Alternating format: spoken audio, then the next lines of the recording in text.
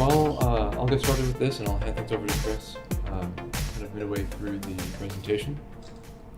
So our paper, Do Machines Understand? A Short Review of Understanding and Common Sense in Artificial Intelligence.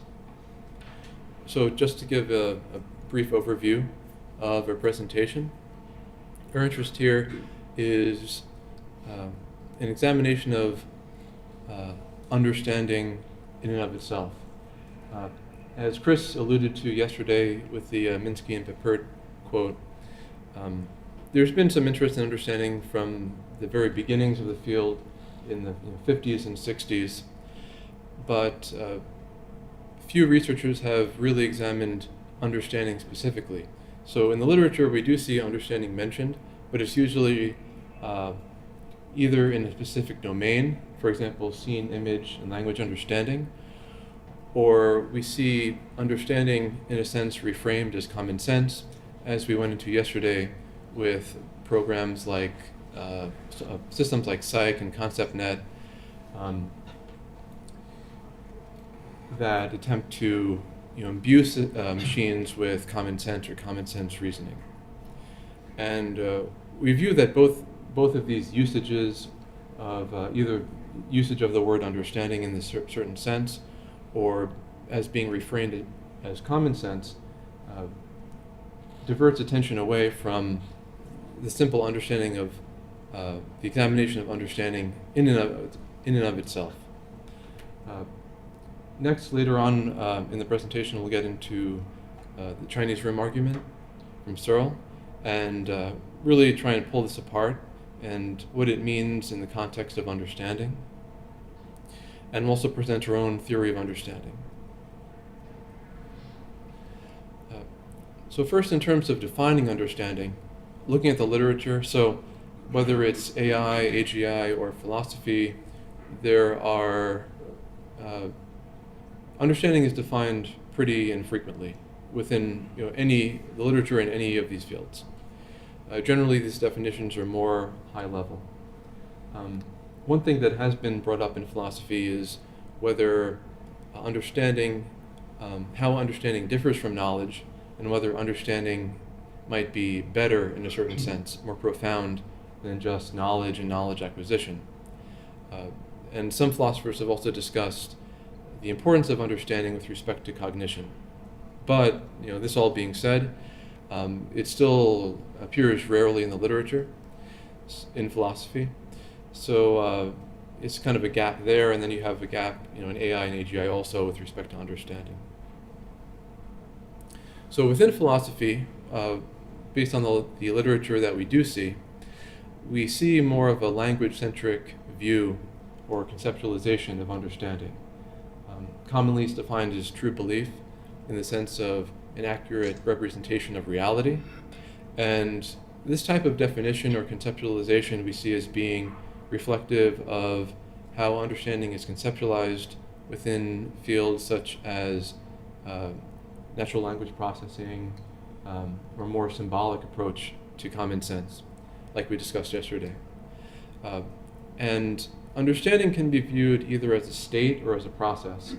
So you could say someone understands, or a system understands as a state, or you could examine understanding as the process of building understanding from a very simplistic state to a more advanced state. And this idea, understanding as a process, hasn't been discussed very frequently. Another thing to note here is when you do see understanding discussed in the literature, and this is getting more into AI and AGI, the word understanding frequently is put into quotes. And this kind of implies that people that even write about understanding are uneasy with the idea that machines have the capability to understand. So if you think about understanding just using your own intuition, and this kind of builds on something that we had talked about yesterday, I think it's easy to view common sense as something that requires understanding, that you can't really have common sense unless you first understand certain things. and that common sense is built via understanding, and this kind of relates back to why we think we see brittleness in systems like psych that focus on common sense, but kind of neglect understanding at the same time. And secondly, again, just thinking about these concepts intuitively, there appears to be an important distinction between understanding and common sense, where common sense is about knowing more in the area of knowledge, whereas understanding appears to be something different from this in a very important way. And while certain kinds of knowledge might be viewed as being independent of understanding, this still raises the question of knowledge acquisition. Where does this knowledge come from? And we view understanding as requiring knowledge, that you can't just understand something more or less in a vacuum, that there are certain a priori facts that need to exist before you can get to the point where you say you understand something. Okay. So there are two fairly common lines of argumentation or reasoning that pertains to this area that we believe are both erroneous. So the first is that if a machine can perform a task adequately, it already understands the task. So this is kind of a purely behavior-based test of understanding, you could say, where if it has adequate performance, if a system or a person has adequate performance, then it must understand. And this is essentially how understanding appears to be conceptualized when it's used within these particular domains, in terms of language understanding, scene understanding, image understanding, and so forth. The second line of reasoning is very different. So it's the idea of a machine can perform a task, then understanding is not required. And in this idea, it's like if a system can do something that we used to think required intelligence, then it doesn't really require intelligence. So like playing chess, once Deep Blue could beat Kasparov, well, okay, it just does these things, and it's not really understanding, it's not really intelligent at the same time.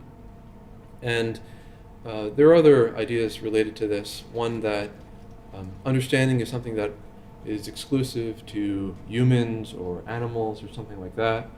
And this is something that Searle gets into later in his landmark paper, arguing for something kind of special about the brain. And then a similar argument focusing on computers is that computers can understand because of this or that, because everything is binary, or some other reason, something special about the human brain potentially.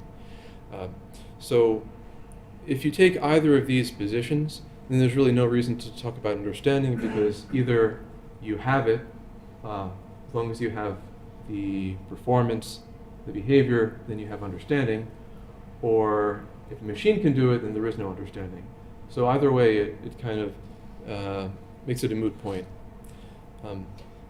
And both of these lines of reasoning we see as faulty. So first, you can have, and this is related to Searle's argument, you could give someone or give a system just a list of instructions to do this, then this, then this, and this, and then it performs some impressive behavior. And that's possible without any real understanding of what it's doing or anything else. Similarly, you can perform a task, you can be unable to perform some task for whatever reason, any number of reasons. And that doesn't necessarily imply that you don't understand the task or what's involved or anything like that. So in this sense, we try to separate understanding from action, that they're two separate things, that one doesn't imply the other in either direction. And Going back to what I mentioned earlier, when we do see understanding in AI literature, generally within one of these particular domains. And understanding has generally been defined or conceptualized in these narrow ways within these domains as it's used in the field. Things like target identification, identifying and reconstructing objects, creating a short synopsis of a video, question answering, many other examples. So understanding within these domains, within these systems, if you can really call it understanding, is very domain specific. It's not possible for these systems to go beyond their own domains or even really the specific tasks that they're designed to do into anything else. And again, you have this assumption, that understanding is based on behavior. If it can perform a certain job correctly, then it understands. So there are a number of limitations with these types of systems, these domain-specific systems, that they can't recognize their own limitations. So by not having this ability, they're then unable to go beyond their own limitations to grow in any sort of meaningful way. Similarly, they can't learn from their mistakes, so this leads to problems like brittleness and errors, frequent errors. And they also lack the ability to acquire knowledge autonomously. And here we see an important distinction between systems that cannot autonomously acquire knowledge and systems which can, through this process of observation and experimentation. And essentially, the main point here is that you have all these limitations. Essentially, these systems, because of these limitations, are not capable of general understanding. They can't really go beyond what they were specifically designed to do in any meaningful way. So now I'll hand it off to Chris for the next portion of the presentation.